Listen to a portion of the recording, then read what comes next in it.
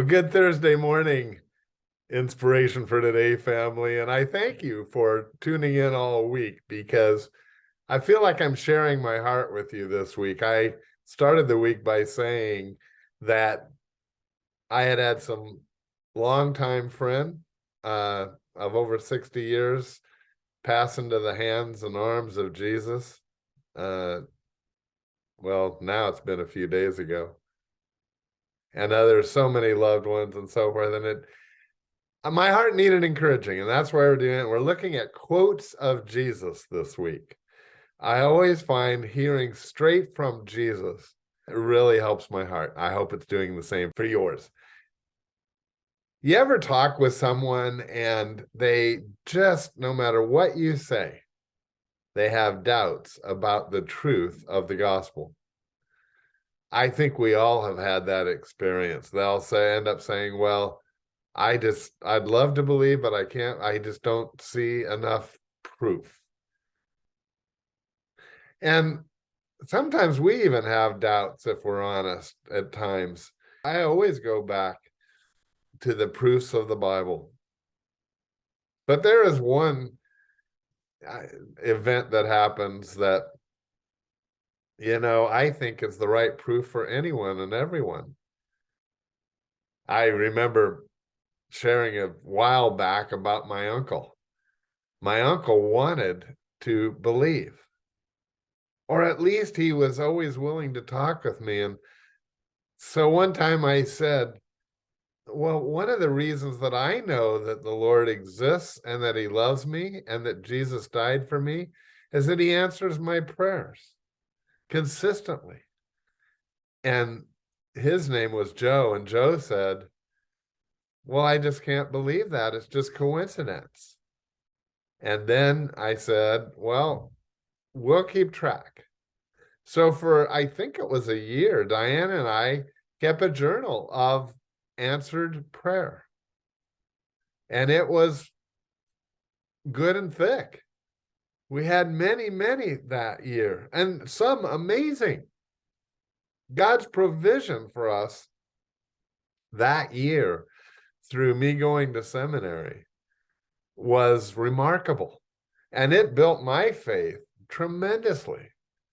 But when I took the record of this to Joe, he said, oh, it's still all just coincidence. So sad that was not accurate. But some folks just have doubts more than others. And the Apostle Thomas was one such person. He had seen Jesus do miracle after miracle after miracle, and he still had doubts. Hard to convince him. But the quote from Jesus for today comes from that event. Jesus had been risen from the dead. And then he says, this is found in John chapter 20 at verse 26. This is not yet the quote. This is setting the scene. And it says, a week later, his disciples were in the house again, and Thomas was with them. Though the doors were locked, Jesus came and stood among them. That might have been, for most of us, that alone. We had seen and knew that Jesus had died and was crucified. And now he's standing among us in a room when the doors were locked. He had just appeared to them. For many of us, that right there would have been enough to just fall down and have unbelievable faith in him. But Jesus, who loved each one, and he loved Thomas so much, goes a step further. And so he says, well, he says, first, peace be with you. And then specifically to Thomas, verse 27, this is our verse for the day, and this thrills my heart. I pray it does for you. He says to Thomas, put your finger here. See my hands. Reach out your hand and put it into my side. Stop doubting. and believe. I love that for basically two reasons. One is that he had these wounds. It's such proof that the Bible is true in its account of what the Romans did to Jesus. It's true. He had holes in his hands, holes in his feet. And you know what? This is his risen body. So he's going to have those forever.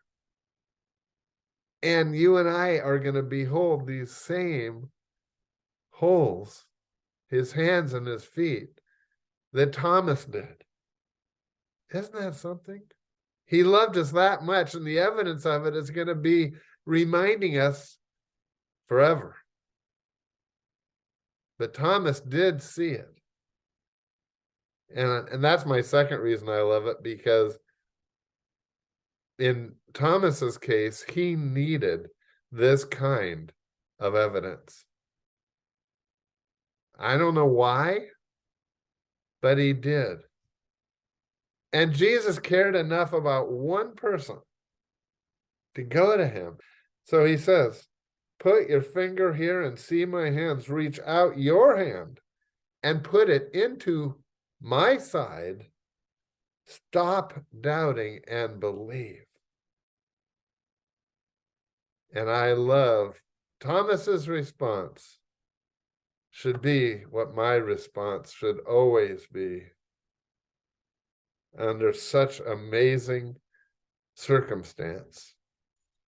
He says, Thomas said to him, my Lord and my God. Thomas is acknowledging, finally, Jesus, you are God come in the flesh, and you are my Lord. Wow. I sure hope you can say the same. The evidence is there. I hope it ministers to your spirit. The evidence is there. My Lord and my God. My God. And then Jesus said, because you have seen me, you have believed. Blessed are those who have not seen me and yet have believed. Wow. We're to be blessed because, in essence, we believe the testimony of the apostles as it came down to us through 2,000 years. Thomas was a new man. The doubts were gone for Thomas. He got up from there and eventually goes to India to share the gospel of the risen Lord Jesus, whom, can you imagine hearing his words, the words of Thomas?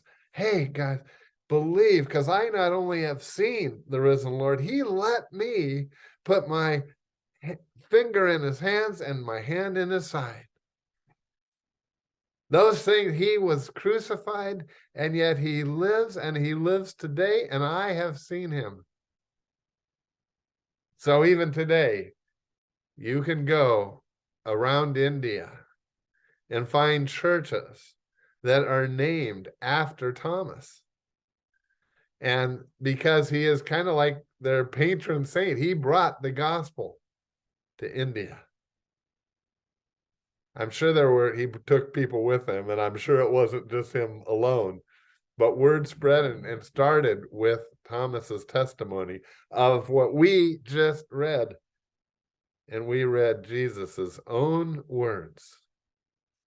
It was refreshing to Thomas, and he said, stop doubting and believe. That's my prayer, along with Jesus, for you and I today. Let's walk in faith and believe in him. The evidence is there. I'll see you tomorrow. And I won't worry about tomorrow.